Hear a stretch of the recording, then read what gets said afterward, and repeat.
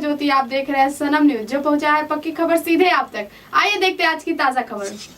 बिहार में कोरोना विस्फोट, अब बिना मास्क रेल कार्यालय या परिसर गए तो देना होगा 500 रुपए जुर्माना। बिना मास्क घूम रहा था भाजपा नेता, विधायक से बात कराई तो काटा 6000 का चालान। फिल्मी अंदाज में व्यापारी की हत्या, बदमाशों ने पहले गेट पर की पत्थरबाजी, फिर बाहर निकालते ही व्यापारी को मार दी गोली। बिहार के बीएड कॉलेज में प्रवेश परीक्षा की तारीख जारी, लूट की जगह चोरी का केस दर्ज करना पड़ा भारी। एसपी ने थाना अध्यक्ष को किया सस्पेंड। प्रवासियों में फिर मिले नए संक्रमित, कुर्ला पटना एक्सप्रेस में 24 पॉजिटिव।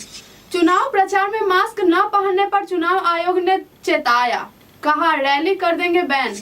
बिहार में लॉकडाउन की आहत, स्कूल कॉलेज बंद के बाद अब धीरे धीरे बढ़ता जा रहा प्रतिबंध का दायरा। चोर ने छीना पत्रकार का फोन, बाद में लौटाकर कहा भाई मुझे लगा OnePlus 9 Pro है। तेजस्वी पर मुकदमा करेंगे भाजपा एमएलए, लवली आनंद बोली। मधुबनी कांड के आरोपित का विधायक और मंत्री से संबंध। अब खबरें विस्तार से। रेलवे स्टेशन परिसर में अब बिना मास्क के जाने वाले यात्रियों या रेल कर्मियों को जुर्माना देना पड़ेगा। रेलवे कार्यालय में बिना मास्क जाने पर लोगों को बतौर जुर्माना 500 रुपए देने पड़ेंगे। प्लेटफॉर्म पर भी बगैर मास्क पाए जाने पर 500 रुपए जुर्माना लगेगा। कोरोना के बढ़ते संक्रमण को रोकने के लिए ऐसा किया जा रहा है। यह बातें पूर्व मध्य रेल के महाप्रबंधक ललित चंद्र त्रिवेदी ने वेबिनार के माध्यम से आयोजित संवाददाता सम्मेलन में कही। उन्होंने यात्रियों से कोविड मानकों को 100% अनुपालन करने की अपील भी की।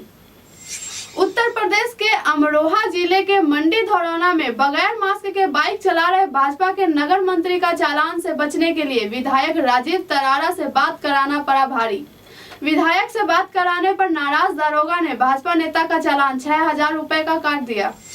उत्तर प्रदेश के गोरखपुर जिले के शाहपुर थाना क्षेत्र के खरैया पोखरा में शुक्रवार की देर रात बदमाशों ने घर में घुसकर व्यापारी वेद प्रकाश को गोलियों से भून दिया।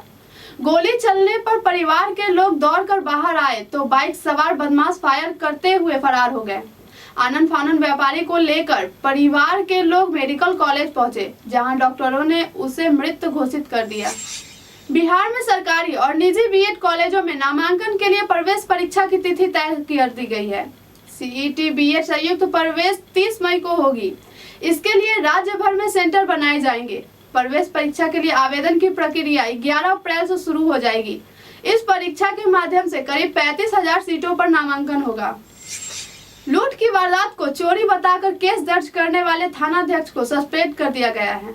समस्तीपुर में लूट की घटना को चोरी बताकर प्राथमिकी दर्ज करने वाले थानाध्यक्ष यह सब इंस्पेक्टर ब्रज किशोर सिंह को महंगा पड़ गया। घटना को लेकर शिकायत दर्ज करने वाली कारोबारी ने इस मामले की शिकायत एसपी को कर दी और एसपी ने जांच में दोषी पाते हुए थानाध्यक्ष को निलंबित कर दिया। निलंबन के दौरान थानाध्यक्ष मुख्यालय पुलिस के केंद्र में रहेंगे। देश के दूसरे राज्यों से पटना पहुंचने वाली ट्रेनों में प्रवासियों के बीच संक्रमित मिलने का सिलसिला लगातार जारी है। आज कुर्ला पटना ट्रेन से पहुंचे यात्रियों की जाँच में 24 नए मरीज पाए गए हैं। कुर्ला पटना ट्रेन के कुल 606 यात्री पटना पहुंचे।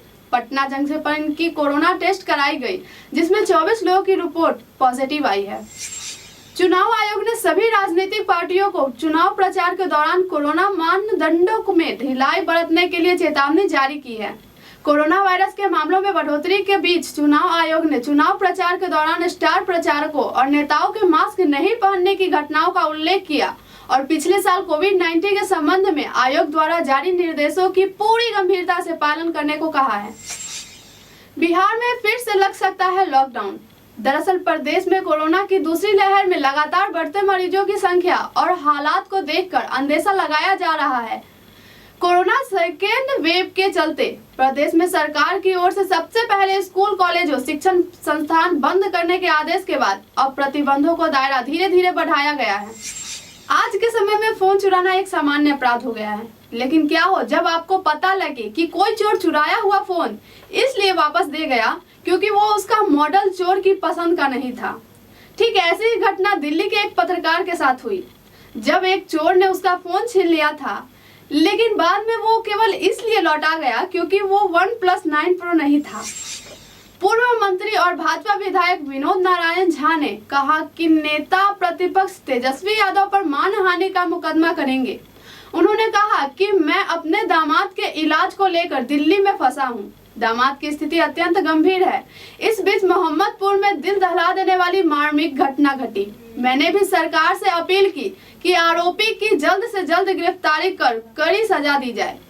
तेजस्वी यादव इस दर्दनाक घटना पर सियासी रोटी सेकने का कुचक्र कर रहे हैं। फिलहाल के लिए इतना ही। आगे की तमाम खबरों के लिए हमारे साथ बने रहे और देखते रहे सनम न्यूज। धन्यवाद।